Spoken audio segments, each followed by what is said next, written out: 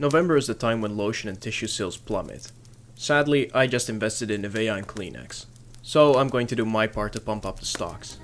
This is Tamer Vale, a card battler developed by Pixelbee and released in 2023, September 2023. So this game is a lot of firsts for this channel. First PC game, first game that's not over 10 years old, and the first game that's not a first person shooter.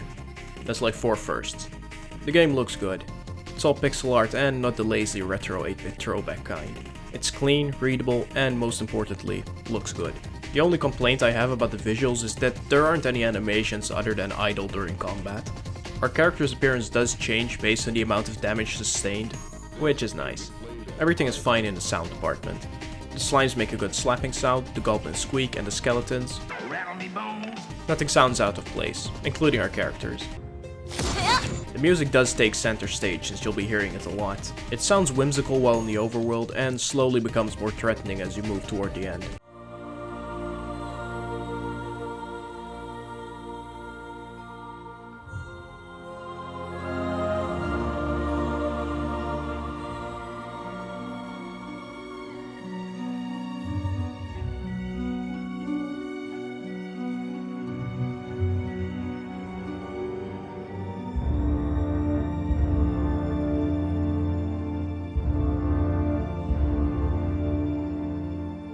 Combat music is more drum heavy and suspenseful.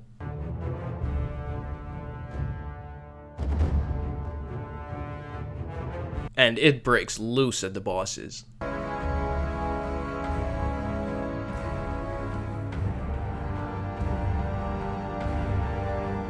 And there is enough variety that it doesn't get grating. All the elves are voiced by Bordeaux Black, who does an excellent job. Speaking of elves, these are our playable characters, Shrike, Alaria, and Dusk. Each has their own playstyle and end up playing completely different from each other. Let's go over them. As the fighter, Shrike is the most straightforward of the three. She relies on shielding to block enemy damage and buffs her strength to power slap them into submission. She's fun to play and a smart choice to have as the first character. Fucking slaves, get your ass back here! Alaria is a healer and she fights like a manager, by summoning underpaid forest workers to fight for her. She summons woodland creatures who will attack a targeted enemy for her. These creatures cannot be attacked by enemies, but are kept alive using fate. Creatures always spawn with 1 fate, so unless a fate card is used, they will disappear in the next round. So where does all the damage go if the creatures can't be damaged? Well, back to her of course. She has little health, but a strong heal, and a common card that reduces enemy damage. So her gameplay revolves around debuffing enemies and healing up. Dusk, the rogue, is a strong contender for being the most overpowered of the three. She brews potions and sneaks around, so she's your patented Bethesda stealth archer. Dusk has cards that allow her to forage for potion ingredients. These ingredient cards have a potency rating and come in red, green, and yellow. Mixing 2 red plants will make a health potion, 2 green make a strength potion, and 2 yellow make a paralyzing potion. Poison can be made by mixing 2 different colored ingredients. The strength of these potions is based on the potency rating of the 2 mixed cards. Mixing potions does not require energy, which is what you use to place cards. I understand that they didn't want you to spend energy mixing up potions, since you do it a lot. My problem lies with the health potion.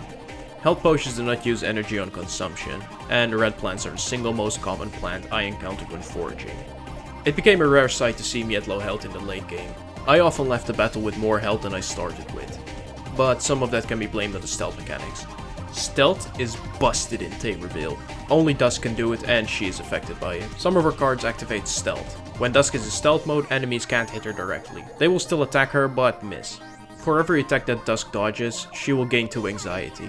Every dodge attack translates into 2 anxiety, which translates into 2 damage. At most there can only be 4 enemies on screen. This means that the max amount of damage Dusk can accumulate with every single turn is 8. This is about the same as getting hit directly by a single enemy. Stealth is broken if she attacks an enemy, but not by foraging. So just sitting in stealth mode and foraging is the best way to heal up in the game. It's so overpowered I beat a run with Dusk on my first try. They did patch it since I wrote that. So she gains more anxiety when dodging a special attack, and her anxiety reduces gradually instead of just dropping away after 1 turn. Tamer Vale is light on story as an anorexic is light on nutrition. There's no intro cinematic or text scroll anywhere. I'm just going to do a quick rundown based on what I saw.